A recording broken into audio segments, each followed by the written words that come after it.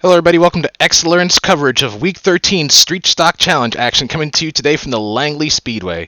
Ken Jones and Tim Bandit here with you for all 40 laps of this exciting short track event. Number 15 is supposed to be your pole sitter, that's Charles Kopak, but it looks like he has decided not to start the race, so that's going to give the front row over to the number 14 as you see the pace car now leading the field down the back straightaway. Tim, any final thoughts here before we get ready to go? Well, Ken, this ought to be a wild race. I'm happy to be here. Hope you all enjoy this race here. It should be a barn burner. Pace car getting ready to drop off and a large crowd on hand. Getting ready to witness short track action. Green flag is out. We are racing here today at Langley. And already 3 wide going into turn 1. That's the number 14. The 3 was the sandwich in the middle. The 13 on the outside. Now we see the 2 car dropping the 13 car back even further. Car getting a little bit loose and a little contact there. It's number 18, the all-black car you see with the number 7 behind him. And here's the 6 car. Looks like he's having some problems. I believe he just came out of the pits. Some cars do elect to start the race from the pits. That's in an effort to maintain their safety rating. Yeah, safety rating is definitely premium here during week 13. This is the point where you could either get promoted or demoted, so a lot of these guys, well, at least some of them, are very conscious of that. Some of them, not so much. You're on board with our leader, number 14. It's JC. He took over the lead as a result of number 15 car not starting on the pole, and he is just driving away at the moment. Number 4 car in the second position, that's Mark McCann. Mark trying to make something happen, but he's at least 5 car lengths behind the number 14.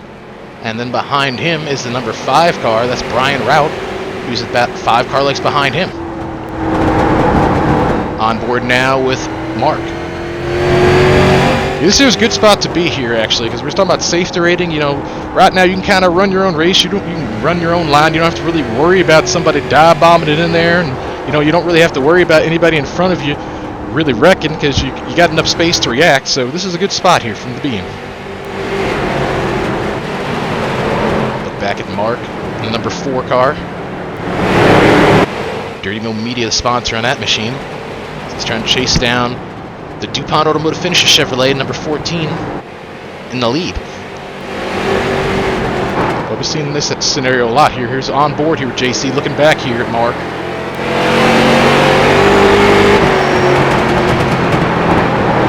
Top 4 competitors look like they're separated by about 3 or 4 car lengths each, and then behind in the 5th position there's a little bit more of a dogfight going on, as those cars are all over top of each other. Here's this battle here for 5th. Number 1 has it. That's Gabe Brown.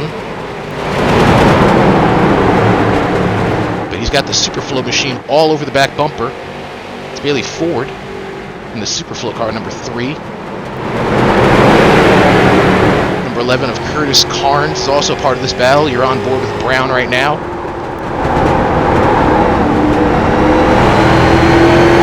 He's looking at the number 10 car in front of him. John Chapman Jr. It's been a very clean race so far. Haven't seen any incidents. But I tell you, man, that's like I said, these guys here, they're mindful of their safety rating here. It seems like they are, because this is, you really don't want to end up getting demoted here right now. These short tracks is a real easy spot for you to actually lose your safety rating, because you can bump into the wall. That's a 2x. Run to the back of somebody, that's a 4x, and already you're at 6x, and that's not a good spot to be in, especially this early in the race. So looking at this battle here for the 5th position.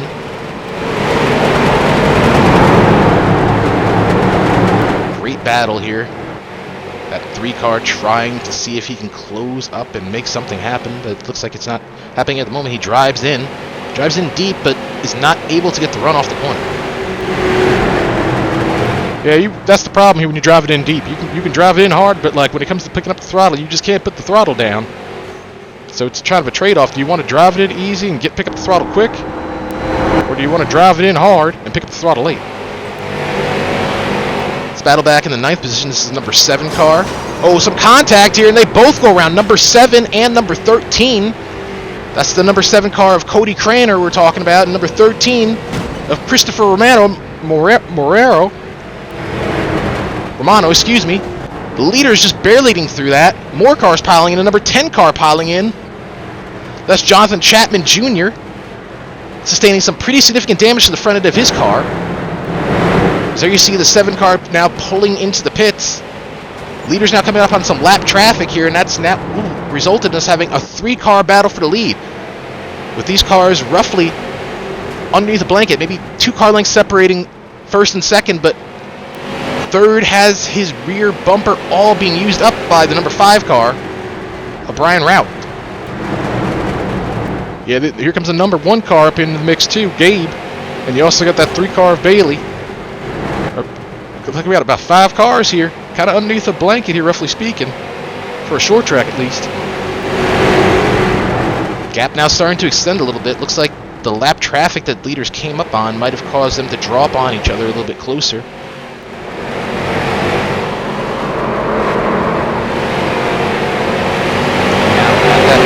Second, the car going around, that looks like that was the number 6 car. It was Nathan Moore.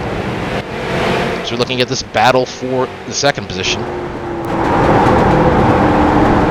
You're on board with Mark McCann in 2nd.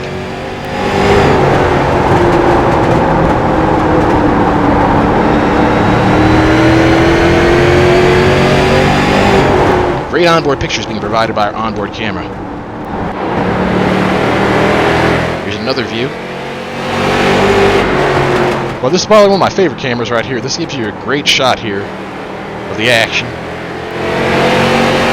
See them starting to come up on some more lap traffic here. Let's see if that factors in to things here. Coming up on the 19 car.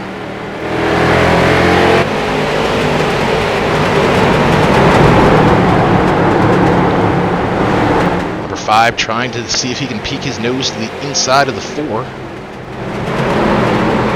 Still not able to make anything happen. I tell you, this is really, really a tough track to pass at here. The bottom line is really the line. So, I mean, if you're being patient and kind, it's tough to pass unless you're significantly faster than somebody. And it seems like the 5 car is faster. Here he is. Looks like he's got a fender on the inside, and I believe he's going to be able to make the pass here now. Maybe, maybe not. McCann's fighting back hard. Looks like he's going to hold him off. Looks like he does hold on to that 2nd position.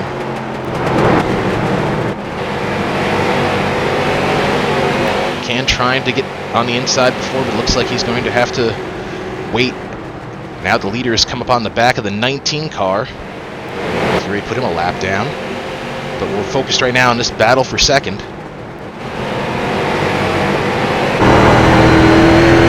Here we are on board with the number 5 car.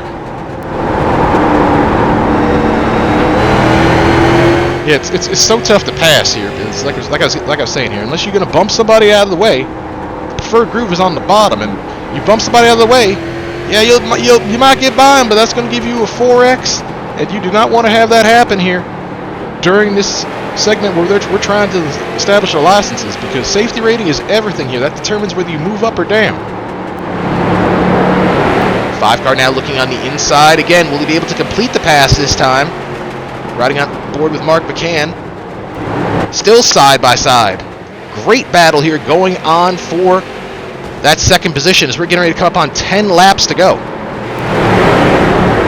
Yeah, the 5 is fast here. If he's able to get past him, we'll see if he's able to run down this 14 car. But he needs to get past him pretty quick. There's number 1 in 4th position. Starting to brush the wall. It's going to drop him back into the clutches of the 2. And now it looks like the 5 car has gotten by the 4. Let's see if he's going to be able to run down the leader.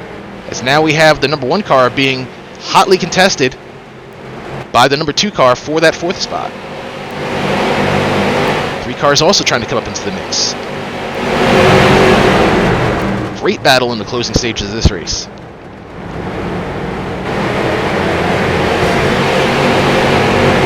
Yeah, I think the 1 car at the moment right now has it. Maybe he just had a bad corner there because it looks like the 2 car has his is doing everything he can to hold on to that 5th position. Riding on board with the 4th place car. So they're coming up on more lap traffic. Lap traffic all over the track. Boy, I tell you, man, this 5 car is starting to reel in this 14 car. I don't know if he's going to have enough laps here, but we got a lot of lap traffic up here this 14 is going to have to navigate through. So we'll see how that factors in.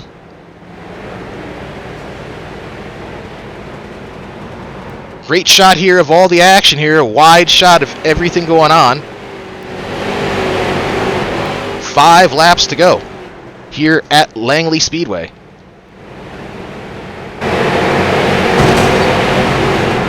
Here's a battle. Looks like it's starting to develop for the 3rd spot.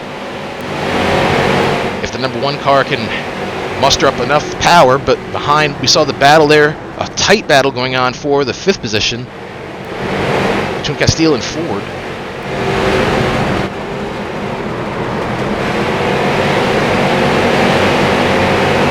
Castile in that yellow car.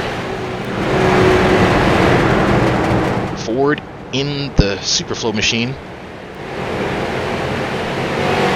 Looking now at the number 1 car, trying to see if he can make something happen on the 4 car. Several car lengths back. 2 laps to go here. Back up front looking at this battle for the lead. 5 car is about 2-3 car lengths behind the number 14. And he's going to have 1 more lap to see if he can narrow it down. Here comes the 14 off the turn 4, and the white flag is out. 1 more lap to go here at Langley. 14 navigates past the 12 car, but that's starting to close up the 5. 5 now within about a car length and a half, but it's not going to be enough. Number 14 comes off of turn 4, and he's going to win here at Langley. JC gets the victory. 2nd place. Oh, we got some problems back here. The number 1 car. He's going to gather it up, though, and finish, looks like 7th. That was a tough break for Gabe. He was running 4th before that.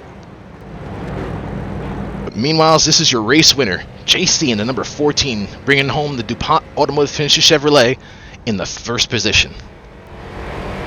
But I tell you, Barney's still waving that flag there. Oh, we got some problems. Ooh, wow. 1 car coming hot in here and running into JC post-race. Not sure what was going on with that incident there. I don't know what was going on right there. I mean, the race is over, but I guess he was trying to get an extra bonus lap or something out of it. But it doesn't seem like it's really affected JC. The car is damaged, but he's still going to celebrate. Barney's still waving that flag. Barney, the strongest arm in all of flag waving. Continuing to show his strength as JC shares the strength of the Hoosier rubber as he lays it down on this track in celebration. This is race number 1 of the 7-race schedule in the Week 13 Street Stock Challenge. Our next race will be at South Boston Speedway. That's always an exciting track for racing. So be sure to stick with us on that one.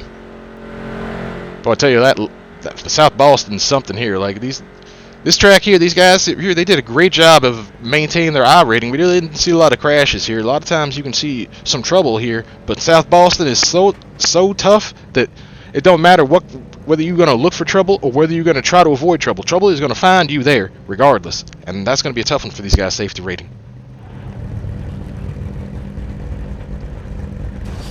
JC pulling it up by the flag stand.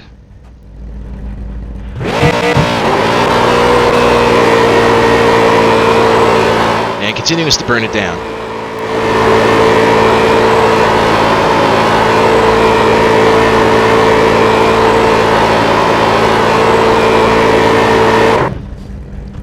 Well, I tell you, man, that Hoosier definitely makes a pretty good tire here. A lot of rubber on that tire, and he's laid a lot of it on the racetrack, and it seems like there's still a lot more left for him to lay down.